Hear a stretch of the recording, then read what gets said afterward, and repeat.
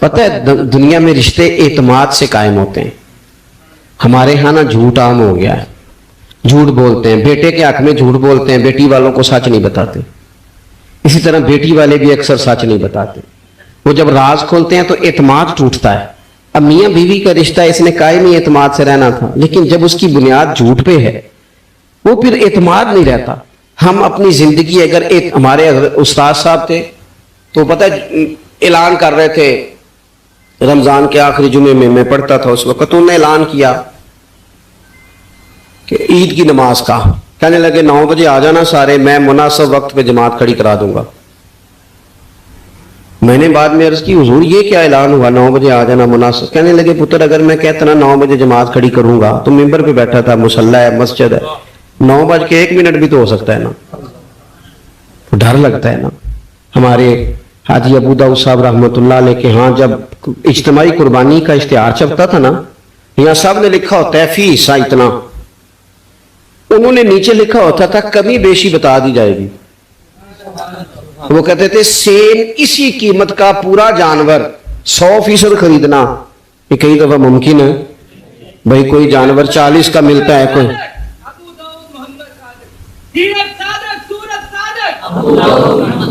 اللہ آپ کو جزا دے. اللہ تعالیٰ میرے عزیز تو کوشش کرے زندگی میں جھوٹ نہ ہو، بددیانتی نہ ہو. یہ ہمیں ہمارے رسول نے دیا ہے اور ان چیزوں کی ہمیں ضرورت ہے. اگر یہ چیزیں ہمارے پاس نہیں ہوں گی تو زندگی بے قرار اور بے چین گزرے گی. اللہ کی بارگاہ میں دعا کرتا ہوں اللہ تعالیٰ مجھے اور آپ کو توفیق عمل عطا فرمائے. اس خوبصورت محفل کا اہتمام کرنے والوں کو اللہ بہترین صلہ عطا فرمائے. ہماری حاضری قبول کرے. آخر دعوانا امانت دار نہیں بنتے، ایمان کے تقاضے نہیں سمجھتے. ویسے ہم ایماندار ہیں لیکن اگر 10 روپے کی بات ہو، اگر 10 کروڑ کی ہوتی پھر نہیں. میرے ایک پروفیسر صاحب دوست ہیں، وہ فرمانے لگے کہ ایک مہنگا جوتا نا بڑا مہنگا تھا تو اس کا ایک پاؤں کہیں گرا ہوا تھا ڈبے سے نکل کے بالکل شاپر واپر چڑھا ہوا. تو بندے نے ڈھونڈنا شروع کر دیا کس کا جوتا ہے کس کا جوتا ہے کس کا، پورا ڈھونڈا اس نے. تھوڑا سا وہ آگے گیا تو اسے دوسرا پیر بھی مل گیا، پھر اس نے بندہ ڈھونڈنا بند کر دیا. یہ دیانتداری ہے. یہاں اس طرح کے ہم دیانتدار، ایسا نہیں ہوتا. خدا کے بندو ایمان کے تقاضے، جو رزق تیرا ہے وہ کہیں اور جا کیسے سکتا؟ جب تقسیم کرنے والی رب کی ذات ہے تو چھین کے کھانا چاہتا ہے. ایک بات آپ کو بتاؤں، بددیانتی کر کے کسی کے بچوں کے پیسے گھر لے آؤ گے نا تو گھر میں دولت آئے گی، سکون نہیں آئے، قرار نہیں آئے، شور نہیں ختم ہوگا. روٹی بھی ملے گی، اے سی والا کمرہ بھی ملے گا، پر نیند جب ہی آتی ہے جب خدا چاہے، آتی نہیں. ایک تو ایماندار، پھر وعامل الصالحات، زندگی صالحین والی، نیک لوگوں والی. نیکی سے مراد کیا ہے؟ میرا نماز پڑھنا. نماز تو ایک جز ہے نیکی کا. وہ ہمارے یہاں کچھ لوگ کہتے ہیں فلانا بندہ بڑا با اخلاق ہے. کہ کیا اخلاق ہے؟ میٹھا بولتا ہے.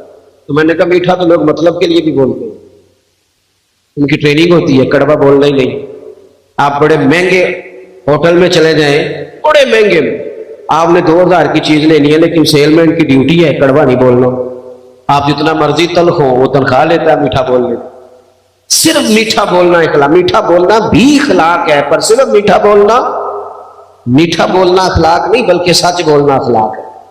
صحیح بات کرنا، بددیانتی سے بچنا، جھوٹ سے بچنا، کذب سے بچنا، وعدہ خلافی سے بچنا.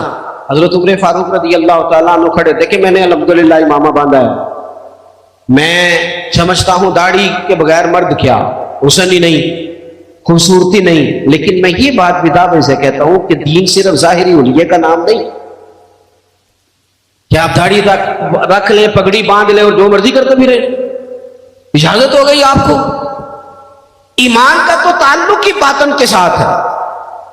فقط ظاہری حلیہ دین نہیں کہ آپ پر لبادہ دین کا ہے اور باقی ساری چیزوں سے آپ فارغ ہیں. اور بھی کچھ تقاضے دینداری کے. حضرت عمر فاروق رضی اللہ تعالیٰ عنہ کے سامنے کسی بندے نے کسی کی تعریف کی اور بڑی کی. ہم چونکہ مبالغہ رائی کے قائل ہوتے ہیں، حقیقت پسند نہیں ہوتے. کسی پر تنقید کریں گے تو پھر بھی دلیل کے کیے جائیں گے، اور تعریف کریں گے تو پھر بھی حدیں کراس کر جائیں گے. حضرت عمر کے سامنے جب اس نے تعریف کی تو جناب فاروق اعظم فرمانے لگے تو اس کی بڑی تعریفیں کرتا ہے، تو پڑوسی ہے اس کا؟ کہنے لگا نہیں۔ فرمایا کبھی اس کے ساتھ پیسوں کا لین دین کیا ہے؟ کہا نہیں۔ فرمانے لگے کبھی اس کے ساتھ سفر کیا ہے؟ کہا حضور نہیں۔ تو فرمانے لگے اچھا تو نماز دیکھ کے تعریفیں کر رہا ہو؟ فرمایا صرف نماز دیکھ کے تعریف نہ کر، دیکھ تو صحیح باطن کیسا ہے، اس کے اخلاقی رویے کس طرح کے ہیں۔ میں بڑی معذرت کے ساتھ، میرا خیال ہے جتنی داڑھی کی تبلیغ میں کرتا ہوں کم ہی کوئی کرتا ہوگا، لیکن میں نفرت نہیں کرتا اس شخص نے جس نے رکھی نہیں، اور میں کوئی تکبر نہیں کرتا کہ میں نے رکھی ہے۔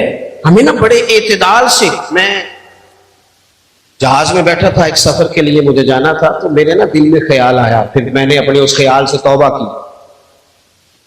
میرے دل میں خیال آیا میرے موبائل میں قرآن شریف ہوتا ہے، کچھ کتابیں ہوتی ہیں، تو کبھی موقع ملے تو میں تلاوت شروع کر دیتا ہوں کہ چلو۔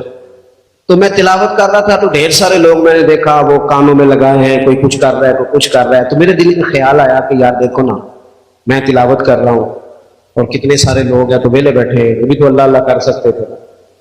تو میرے سامنے سے ایک نوجوان گزرا، اس نے چنگے تگڑے تگڑے پیچھے بال رکھے ہوئے، چٹیاں بھی بنائی ہوئی، ایسے چنگا نہیں کام۔